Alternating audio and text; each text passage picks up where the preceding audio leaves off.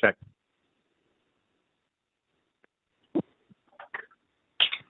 Check. Check.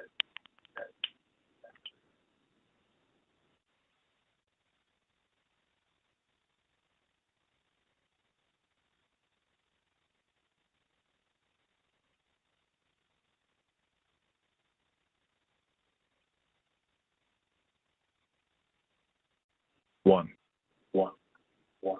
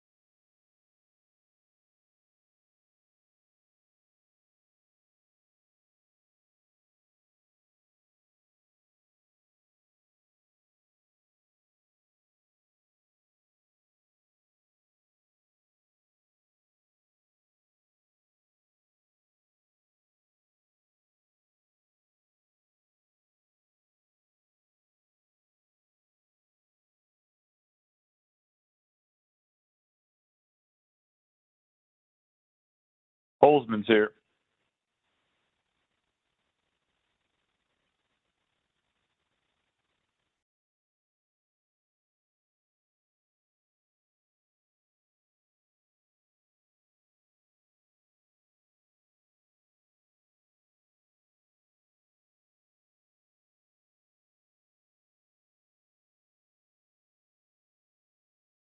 Agenda room's here.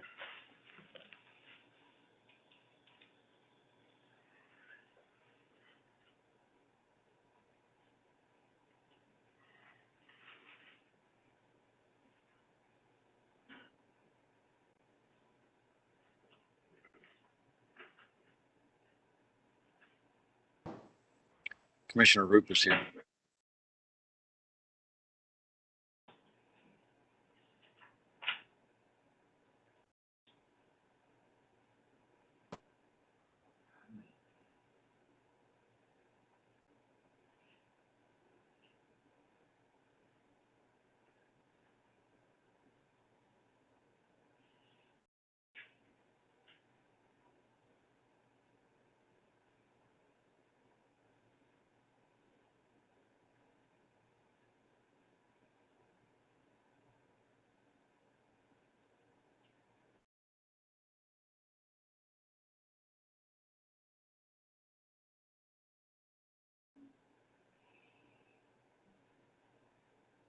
Good morning. Sylvie's here. Morning, Mr. Chairman. Commissioner Roop here. Good morning. Good morning.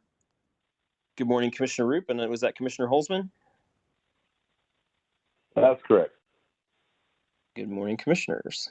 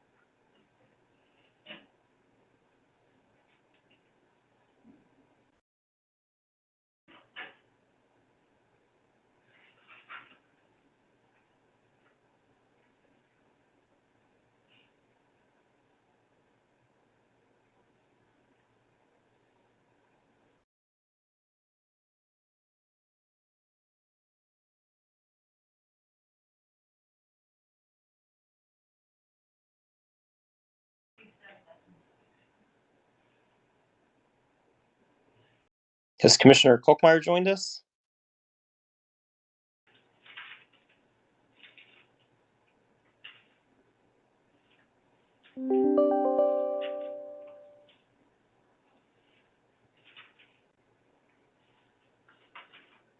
Commissioner Kolkmeyer's here. Good morning, Commissioner. Good morning. All right. So Commissioner Coleman will not be available today. So we are all assembled. So we'll go ahead and go with 4 and call this meeting to order. So I ask those participating on the call, please mute your phone unless you need to speak. And we have 7 tariffs and new orders today, 2 case discussions. And the first order of business is to approve the minutes from November 2nd's agenda. So you all have seen those. Are there any additions or corrections to the minutes? All right, hearing none, all those in favor of approving the minutes from November 2nd say aye. Aye. Aye. Those minutes are approved 4-0. First up in tariffs and new orders is file number EC 2022-0315. The staff of the Missouri Public Service Commission, complainant v. Evergy Missouri West, Inc., DBA Evergy Missouri West, respondent. Staff brought this complaint against Evergy West, alleging that they had not met certain obligations that they were committed to in a previous stipulation and agreement.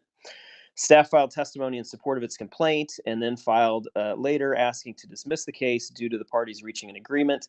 So this order dismisses that case, and I recommend we approve this order version 2. Commissioner Root, I am in support of the order. Commissioner Holzman, I support the order.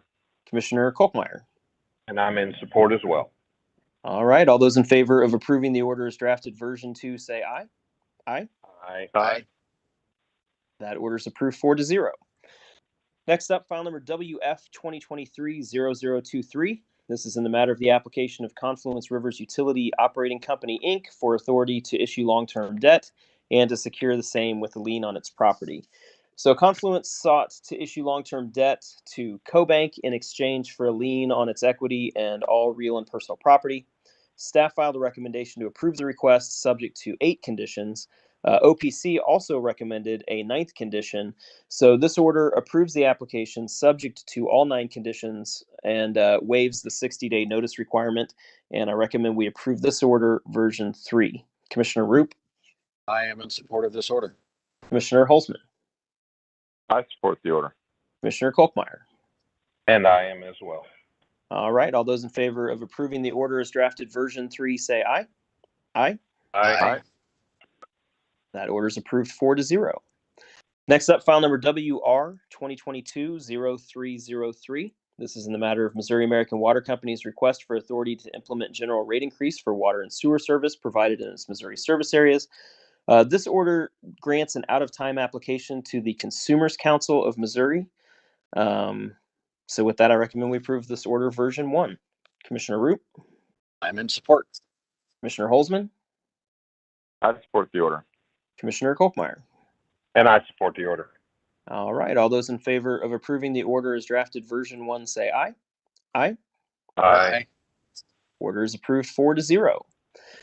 Next up, file number TO 2023-0141. This is an order regarding new member of the Relay Missouri Advisory Committee.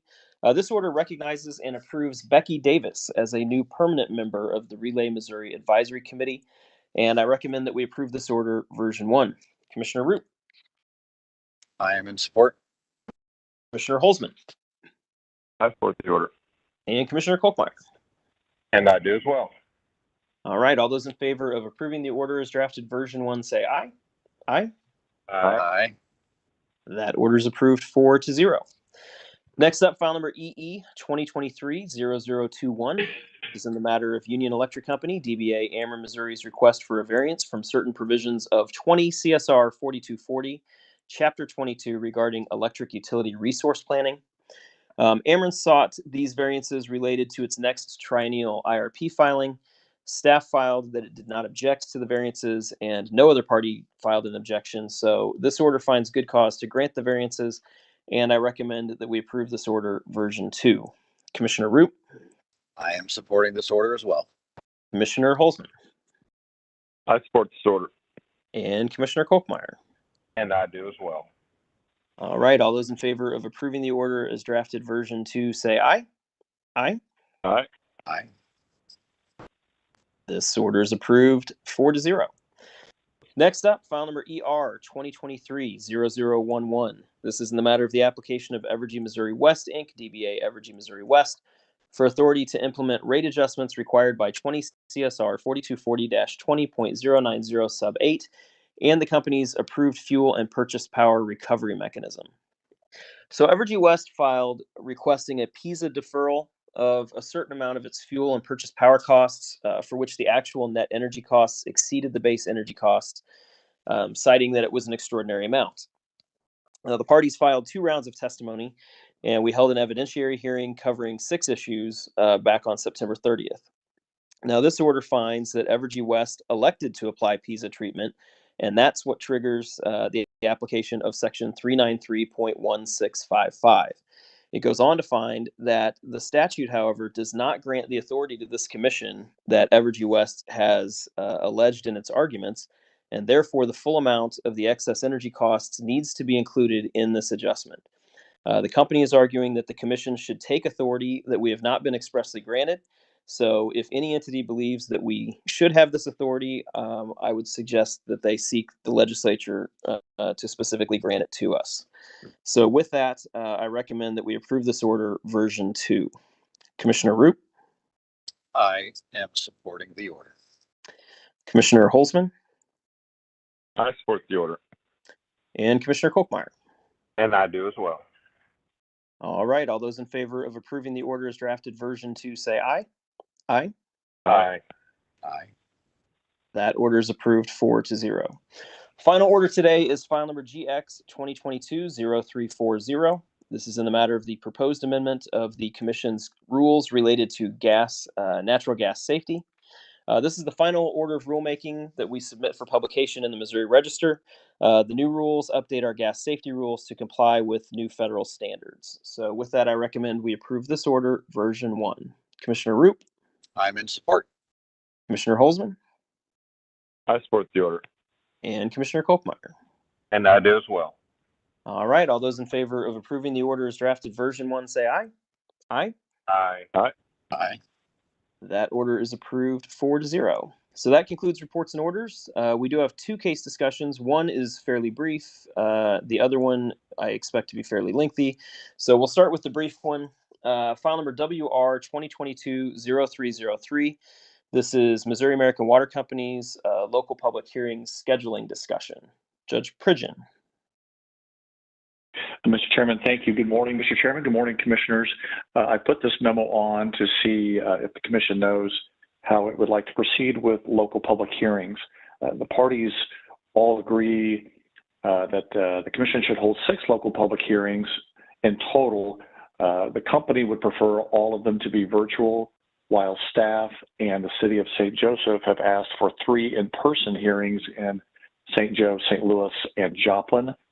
The local public hearings would be held in the latter half of January per the Commission's scheduling order. You don't necessarily have to decide today, but I would like to get some sort of order out in November, if I could, to give the company enough time to notify its customers of these hearings. Thank you, Judge. So I think it's pretty clear from my past statements that I would like to transition to full virtual local public hearings. I think we've had good access with that, and I think we've had good participation with that. However, with this being a full-blown rate case and we're kind of in that transition moving towards full, I would be okay with the 3 proposed, 1 in St. Joe, 1 in St. Louis, and 1 in Joplin. That said, if everybody wants to go virtual, I'm there with you. So, Commissioner Root. Yeah, I do echo the positive participation rate and feedback we've gotten on the virtual. So I'm glad to see that there's at least half of them are virtual.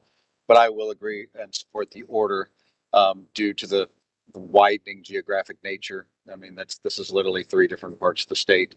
I can understand the need for a local one in each geographic region, as well as 3 virtual. Okay, Commissioner Holzman. Yeah, I tend to agree. I'm also a fan of the virtual environment.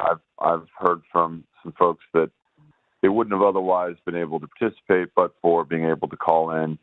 Although we just went through a couple of public hearings in the Spire case, which I thought was well attended. So a hybrid approach, I think, is probably appropriate to the number.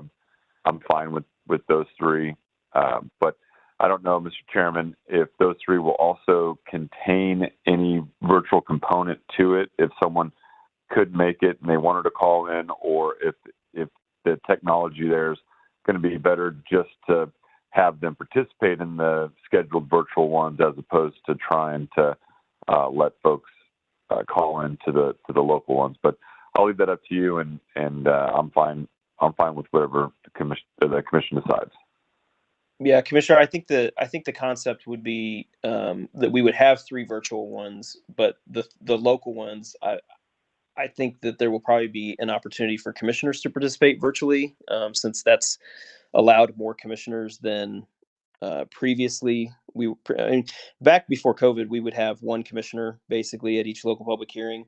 I think that adding that component for our participation has been good for the commission and good for the cases.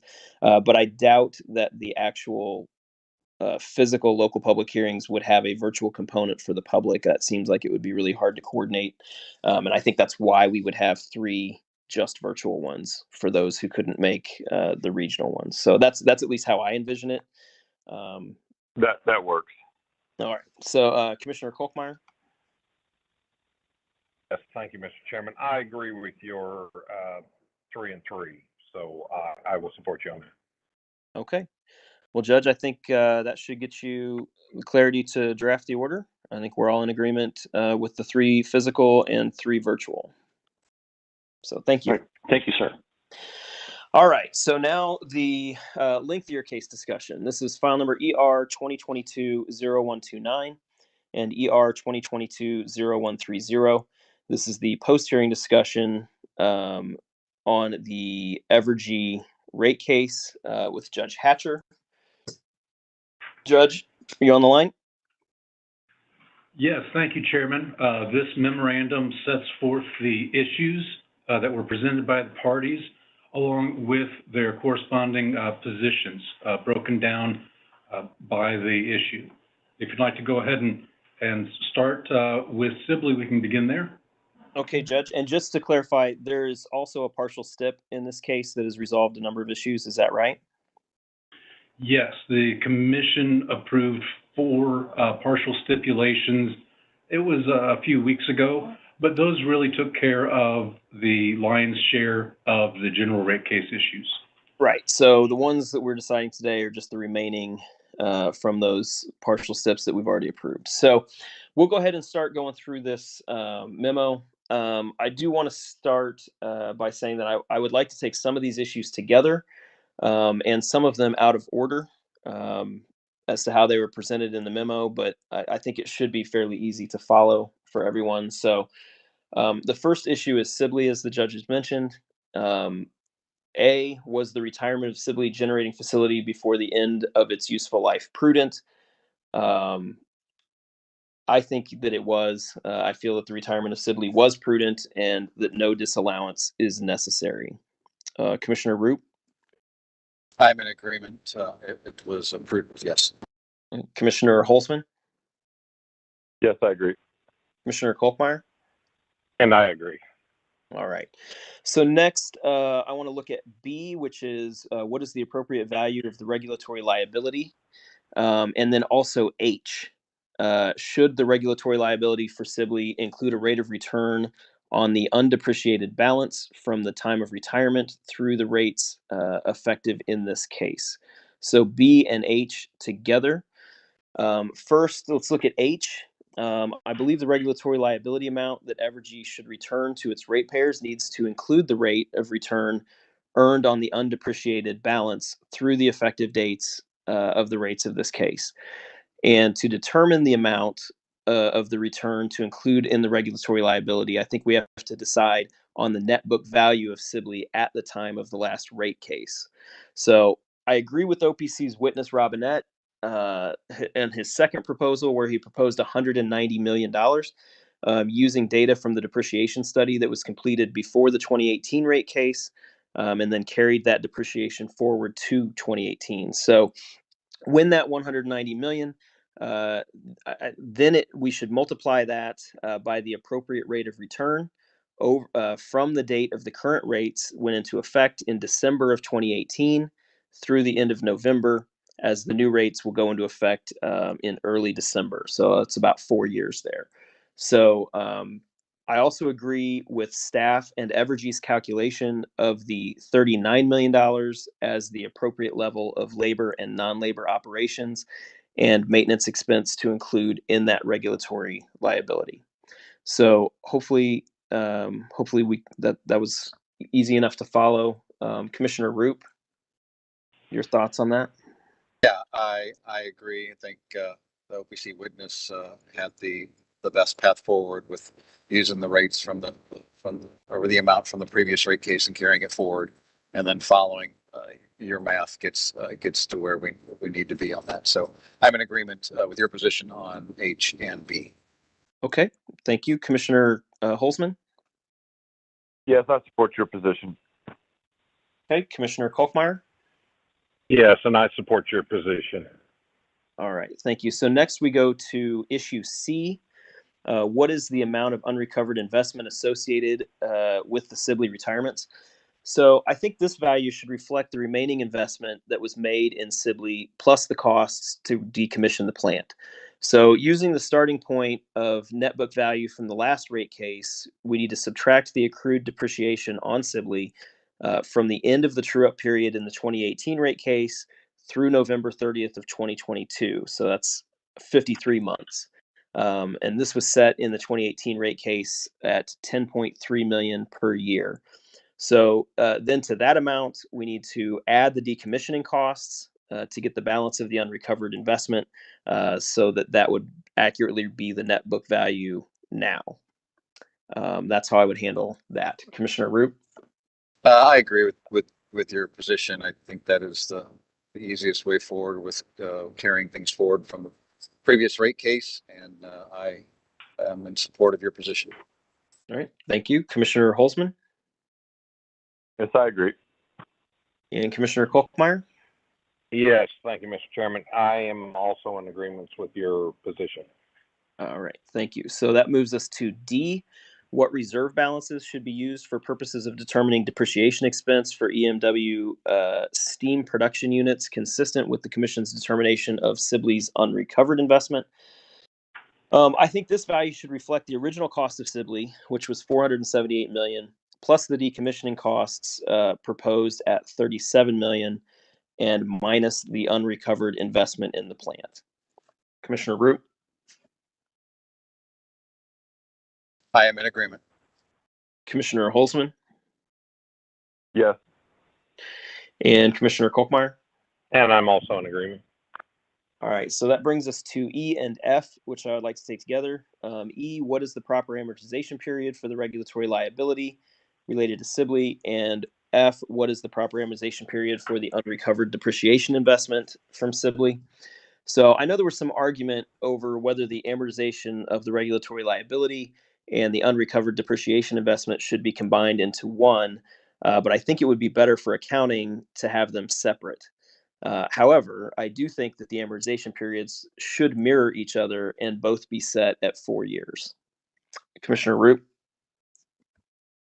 Yes, I'm in agreement. 4 years, and I'm fine with keeping them separate. Okay. Commissioner Holzman? Yes, I agree. Commissioner Kolkmeyer? I concur. All right. So now we'll look at G and I together.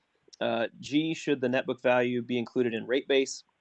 And I, should the unrecovered investment in Sibley earn a weighted average cost of capital return on a going forward basis? So historically, this commission has always determined that plant that is not used and useful should not be included in rate base. And I see no reason to deviate from that position now. And I do not think that Evergy should get a return on the unrecovered investment. Commissioner Root? I am in 100% agreement. Commissioner Holzman? I agree. Commissioner Kolkmeyer? I agree with Commissioner Root. And by proxy, myself and Commissioner Holzman? But I said 100%. Oh, 100%. Well, so we're clear. All right. So that gets us through siblings. So next up is resource planning. I think A, B, and C can be taken together here. Basically, I'm not persuaded by the Sierra Club's arguments that Evergy West was imprudent in resource planning, and that it needs to conduct a full retirement study of its coal fleet, or that there's any reason to change the recovery structure related to those coal plants. So on resource planning, I'm unpersuaded by all of that for A, B, and C. Commissioner Root? Agreed. Commissioner Holzman? I agree. Commissioner Kolkmeyer? I agree. All right, so that brings us to 3 AMI. A and B together. Should the commission approve a disallowance related to the replacement of AMI meters with AMI meters that have the capability to disconnect or reconnect service?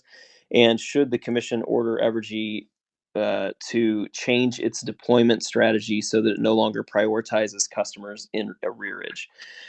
So I support staff's position here to disallow a portion of the costs to replace the AMI meters that were not at the end of their useful life, solely to install meters with disconnect and reconnect capabilities. Again, these meters were supposed to have a life out or around 20 some years, and at 7 years, they're being replaced with really just they're replacing them because there's a new capability, and I'm not sure that raises to the level of what we should do. And I also think that Evergy should not prioritize customers in arrearage, but should replace meters as they reach the end of their useful lives or become inoperable. So, Commissioner Root, I am in agreement with your position, Mr. Chairman. Commissioner Holzman, I support the chairman's position. Commissioner Kolkmeyer. I agree to a point, but if you're going to send a serviceman out for, or a service tech out to deal with a customer, deal with the meter, read it, or what have you, half of the cost is labor. So I'm somewhat maybe leaning different here just because of that fact. But changing them out just to change them out early, I'm not in agreement with. But I'll go back and I'll support your position, Mr. Chairman. Yeah, thank you, Commissioner. I don't know that we really have much of a difference there. I think the issue that I have is that they were sending people out to swap out meters that didn't need to be swapped out, just that they wanted to swap out. But obviously, yeah, if it's not working or if it's at the end of its useful life and someone gets sent out there, then clearly that needs to be recovered. So I just wanted to make sure that that there wasn't a miscommunication there. That's what I believe. So. Okay, thank you, Mr. Chairman. All right, thank you. So that brings us to C. Did Evergy exceed the 6% annual PISA spend limit on AMI meters? And if yes, what action should the commission take? So this is kind of a technical procedural thing, but this issue was first raised in Sir rebuttal. So I just don't think that this issue was timely raised, and I just don't think it's appropriate for us to consider this issue at all at this time, because you're not supposed to be. There's a reason that we don't allow new arguments in Sir rebuttal. So I would just say that we don't deal with this at all. Commissioner Root. Yeah, I'm in agreement. Then if there's an issue, it can be brought forward at a different time. But yeah, you can't throw in new stuff in Sir rebuttal, and that's hard to deal with. Yeah, Commissioner Holzman. I agree. And Commissioner Kolkmeyer. I concur. All right. So now it brings us to for the subscription pilot pricing program. Should the commission approve the proposed subscription pricing pilot? Should the commission grant Evergy's request for variances? And should the commission disallow costs related to consultant fees with these related to the subscription we're offering? So I want to take these three together. I'm not persuaded that the program supports just and reasonable rates. And there may be some valid arguments concerning whether the program is legal or not, whether we're even authorized to approve this type of a program. So therefore, I don't support the program or the requested variance, and because of that, I don't believe that the consultant fees should be. I think the consultant fees need to be bared by the shareholders and not the ratepayers on this. Commissioner Root. I'm in agreement. All right, Commissioner Holzman. I'm going to agree with you on the first 2 points, and then partially agree with you on the third one.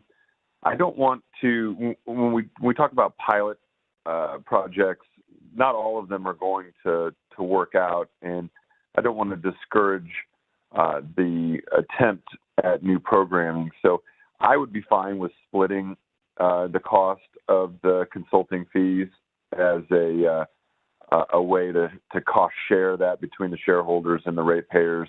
if the program had been successful and it had worked out, then it might have been, borne by the ratepayers. So if I'm alone in that, that's fine. But I would be willing to go with you on the first two and then split the cost of the third. So essentially, you're saying we shouldn't be discouraging innovation, and this might inadvertently discourage innovation. Well, I mean, we're saying that we're not going to help cover the cost of the consulting because it didn't work out. Well, that was a risk. So I just think some cost share in that, would be appropriate going forward to make sure that we continue to look at new programming. I don't think that's unreasonable. I can see your point there. Commissioner Roop, what do you think of a cost share? I mean, you bring up a good point, Commissioner Holzman. We have cost share on rate cases. That we did that. So, yeah, I would be concerned if they had an idea of doing it, but then they're like, yeah, but if it doesn't work out, then the cost is we're going to board. I can easily see that being a deciding factor of not moving forward with an innovative idea. So, you know what, Commissioner Holzman, you convinced me. I'm with you on the cost share. I think you've convinced me too. I don't want to discourage innovation at all. So I think you've moved me on that to a cost share proposal. Commissioner Kolkmeyer, what are your thoughts? Yes, I agree with Commissioner Holzman. He convinced me as well on that. All right. Well, in an effort for unity and innovation, we will do a split on the consultant fees. I would like to point out that usually is not how it works for me when I dissent. So, Commissioner Holzman, you got the touch, man. Just a few comments and you shifted people's vote. Well, Commissioner, we're not done with this discussion. Let's see if you click down if that holds true. Yeah, Commissioner Roop, I think you're more of a slow burn. I think your ability to move positions may take a little bit longer, but I wouldn't count you out. Let me say that. Okay, so that gets us to rate design, which is going to probably be the most robust discussion of the day. So I want to take these issues, some of these issues, out of order as well. So first, I want to look at G and F. Should the staff's proposed TOU rate schedules be implemented on a mandatory basis? And should the company's proposed TOU rate schedules be implemented on an opt-in basis? So, timely to what we were just discussing, default time of use rates have been a long time coming. The pilot program, I think, has been successful in its implementation, but unfortunately, only 1% of customers have chosen to opt in. So, staff's proposal, I don't believe, is strong enough. So, I do not support staff's proposal as the default rate. I do think the measures necessary to see real results to set Evergy's is to adopt Evergy's proposed 2-period time of use rate as the default rate for residential customers, but to allow customers to opt out of that higher differential and into staff's lower differential proposal. But I would propose no traditional rate schedules in this case. So that takes us to issue D. What are the appropriate rate schedules, rate structures, and rate designs for residential customers of the utility? So I think that implementing Evergy's 2-period time of use rates as a default should become effective 6 months from the effective date of the rates in this case. So in that 6-month period, I think we should require Evergy to implement an education program for its residential customers to prepare customers for the new rate structure. And I also think that we should order Evergy's other proposed time of use rates as opt-in programs. I do not think that we should allow Evergy's $150 allowance that they requested. But I do think that the current pilot participants should also be kept in the 3-period program. So just to kind of wrap that whole residential part up, I think that the $12 residential customer charge proposed by staff is the most fair increase. So that's G, F, and D. I guess I kind of lumped D in there as well. So I know this is a little bit of a departure. So Commissioner Roop, your thoughts? Yeah, there's a lot there. Let me work backwards. So yeah, the $12 the cost. Yeah, I think that's smart. You don't want to be raising that up higher. It sends the different price signal if you're doing the time of use model. So I'm been a fan of mandatory time of use rollout for years, and I think that in this case, the 2 points from Evergy, the plan that they put forth, I think was a very good plan, and do making it mandatory with the 6 months to allow for customer education.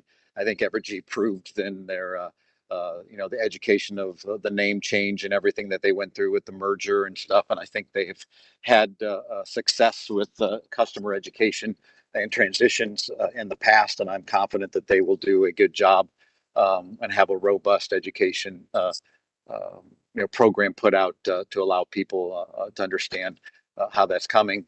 And then allow, as you said, Mr. Chairman, allow the opt-in for the others. But yeah, definitely in full support of everything that you laid out, Mr. Chairman, and hopefully excited to see that happen. Okay, Commissioner Holzman. Well, I'm probably in a little bit different spot. I thought this was one of the more intriguing discussions as far as the hearings went.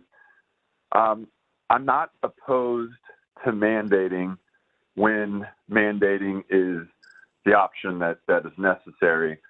I do think staff's modest discrepancy is not enough to move the needle, but I think that at this juncture in time, it's a difficult time period to do this, and I'll explain just briefly why. I think that time of use, the folks who are really going to be successful using this program with the heavy differentiation between the on-peak and off-peak are going to be the consumer who fall into maybe a little higher socioeconomic class, a little higher educational class. They're going to be professionals who are leaving in the morning and coming back from work in the evening, and they may be electric vehicle adapters. They may be able to really take advantage of this difference in a way that's going to be successful for them. They may also have assistance with smart thermostats and other ways to do that.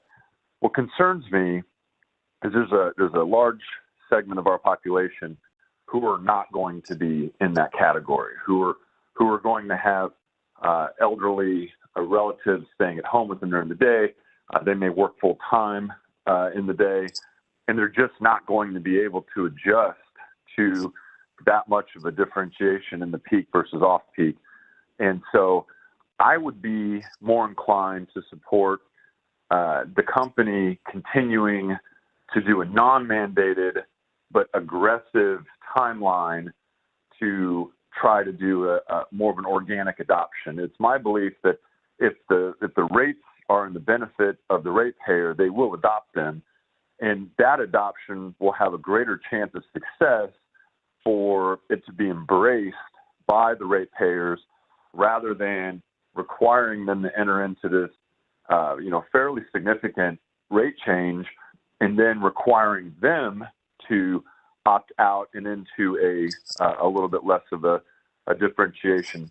And it concerns me on that point where the folks who are probably going to struggle the most with this difference are also going to be the folks who have the least amount of understanding of how to communicate with the utility to make those changes. So for those reasons, again, I'm not opposed to mandating. I'm not opposed to the benefits of this going into effect, but I would like to see the company hit targets over the course of the next 6 months to a year before we would be required. And I know that Commissioner Roop has got an excellent point that, hey, we've had these meters in place for, starting since 2014, and they've had a chance to do all this, and the needle hasn't moved.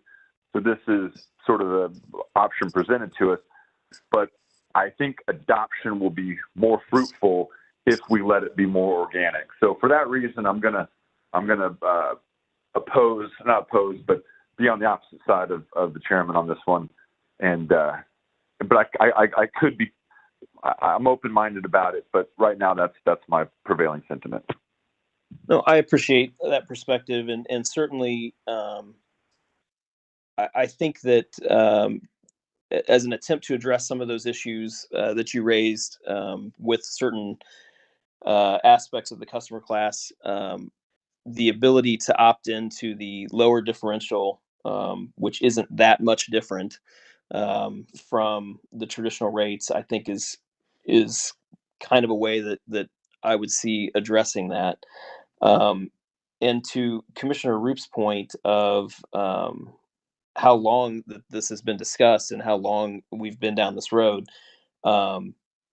if we don't address it in this rate case, it's probably 3 years or so before the next one, which after adjudication means that those rates wouldn't be in place for another year after that. So you're probably looking at 4 years at least before you're able to move the needle significantly on this issue. So, but I hear Well, Mr. Chairman, I acknowledge the macro societal benefit to the behavioral changes that could result from this. I'm just cautious about the immediate impact to folks in the rate classes that may not be prepared for that impact. And I appreciate that. I appreciate that perspective, and certainly am not unsympathetic to that, to the issues that you've raised there. So, thank you, Commissioner Holzman. Commissioner Polkmeyer, your thoughts? Yes. With the RTOs telling us about possible not having reliability issues, and the way EVs are coming on, in my opinion, we need to get to this time of use rate.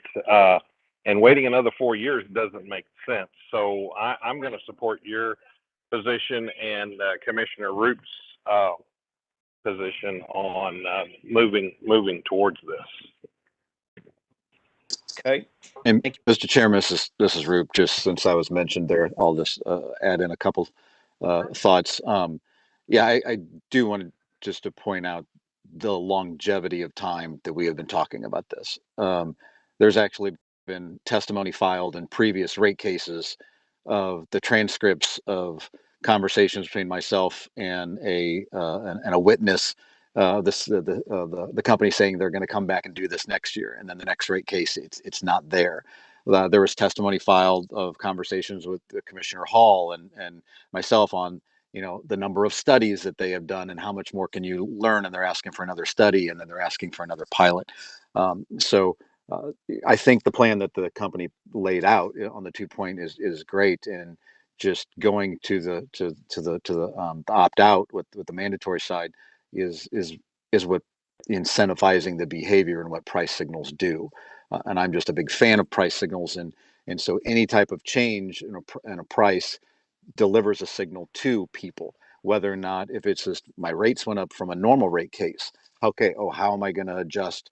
And people, so the price signals is what will dictate that behavior, and that will give them the option to do that. But I firmly believe that the company will have a robust education and outreach to people. And at this point in time, I think more people are paying attention to their energy use and their energy things than they have at any time, maybe in the last, since I've been around here. So I think the timing of this is actually a very good time to introduce that. But I am understand Commissioner Holzman on your thoughts, and I anytime you do change them, there might be some some adverse, benefits in the beginning, but I'm very confident that the company is going to be on top of this and be able to recognize that and look out and monitor and maybe look out for some of the some issues that they might see and be able to prioritize addressing those with individual customers if there is a discrepancy or something of that nature. But I'm excited to see that this is happening. Mr. Chairman, Yep, Commissioner Holzman. if we're going to advance this, I also would encourage, education is one thing, but having the tools necessary in the form of, software application on your phone, being able to empower the ratepayer to track and monitor and control their own usage. Like I said, not everybody has a smart thermostat that can be set, to sort of mirror this on-peak time. So as we go forward here, not just from an education standpoint of informing people, but really providing them the tools necessary to be successful with the program, I would strongly encourage. No, and I absolutely agree with that. And I will say to the company's credit, again, they started the move towards this technology years and years ago. And on their customer outreach, they do a great job of offering different avenues and windows into their company and their customer experience. They, they're on TikTok. Which years ago, when I first found that out, I thought was pretty silly and stupid. But I mean, clearly they're making every effort to interface with their customers through as many avenues possible. So to their credit, I think that they're on the right path and have been doing a good job of that. And I echo you 100% that needs to continue as we look at this moving to a new rate structure. So I appreciate. Well, I wouldn't mind seeing some sort of real-time notification that if you're in a scenario where your usage during the on peak is now at 35 cents a kilowatt hour, that the ratepayer is informed of that. Hey, you are now entering into this time period, and I just think that I don't want the program to fail because of operator error on the ratepayer side when the tools exist to help them be successful. That's my final point. Thank you, Mr. Chairman. Sure. No, and I appreciate that. And Commissioner Holzman, I agree 100%. I mean, giving people more information and more power and more control and choice is awesome. And I know that the company, based on the different things that they have showed us, has been investigating all the different technologies and things from the apps and things from shadow bills and all the way. They've been studying this and looking at what people have been doing around the country for years. So I'm confident that they have the knowledge that they need to implement everything that you're talking about, because they've basically been learning about this for years, and now they're given the opportunity to put it into work, and I'm excited to see how robust and innovative they can be. Well, and Commissioner Roop, to your point, again, the default rate that we would be setting is the one proposed by the company. So I think that that gives them the best opportunity for success, since it's the plan that they developed. All right, so I think that gets us through. And the customer charge, did Commissioner Holzman and Kolkmeyer, did you address the $12 customer? 12's good. 12's good.